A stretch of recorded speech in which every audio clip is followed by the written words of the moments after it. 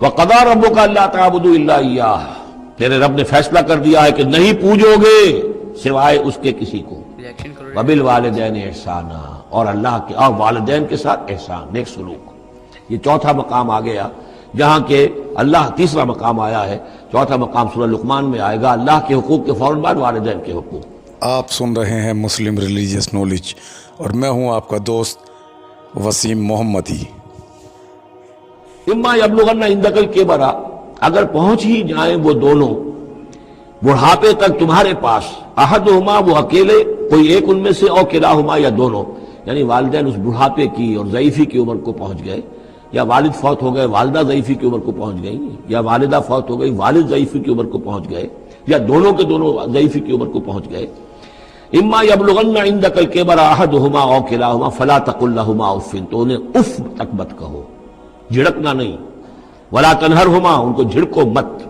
وقل لہما قولا کریما، ان سے بات کرو نرمی کے ساتھ، ادب کے ساتھ.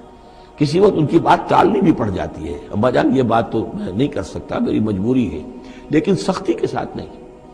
ایسی بات نہ ہو کہ جس سے ان کا دل دکھے کہ آج یہ میرے سامنے سینہ تان کر بات کر رہا ہے، کل یہی تھا وہ جو چھوٹا چھوٹا سا لپٹتا تھا میری ٹانگوں میں آ کر، اور وہ یہی ہے جسے میں گود میں لیے پھرتا تھا.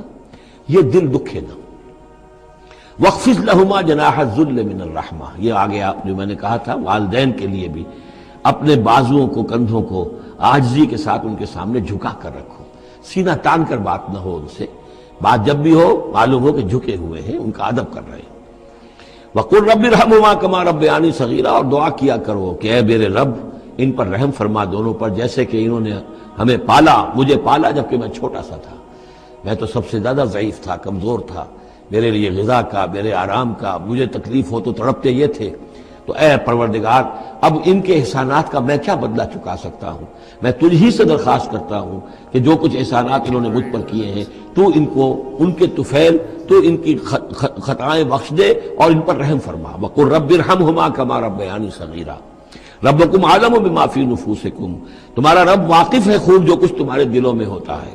ان تکونوا صالحین فإنہ کان للأوابین غفورا، اگر تم واقعی نیک ہوگے تو یقیناً اللہ تعالیٰ تم میں سے جو واقعی اللہ کی طرف رجوع کرنے والے ان کے لیے غفور ہے. اس میں اشارہ ہے کسی وقت بوڑھے والدین، جیسے کہ ہم پڑھ آئے کہ لا یعلم من بعد علم شیئا، وہ کبھی بچوں کی سی آتے نوت کر آتی ہیں، پھر کبھی وہ ایسی باتیں کہتے ہیں کہ جو نہیں کی جا سکتی، کہیں روکنا بھی پڑتا ہے، ٹوکنا بھی پڑتا ہے. لیکن یہ کہ اگر مجبوراً کہیں ایسی بات کرو اور کرو ادب کے ساتھ، سختی نہ ہو، تو پھر یہ کہ اللہ تعالیٰ جانتا ہے تمہاری نیت کو، کہ تم اگر اپنے والدین کی یہ بات نہیں مان پا رہے ہو، تمہاری مجبوری ہے، وہ تم جانتے ہو، اللہ تعالیٰ کے علم میں ہے، تو اللہ غفور اور رحیم ہے.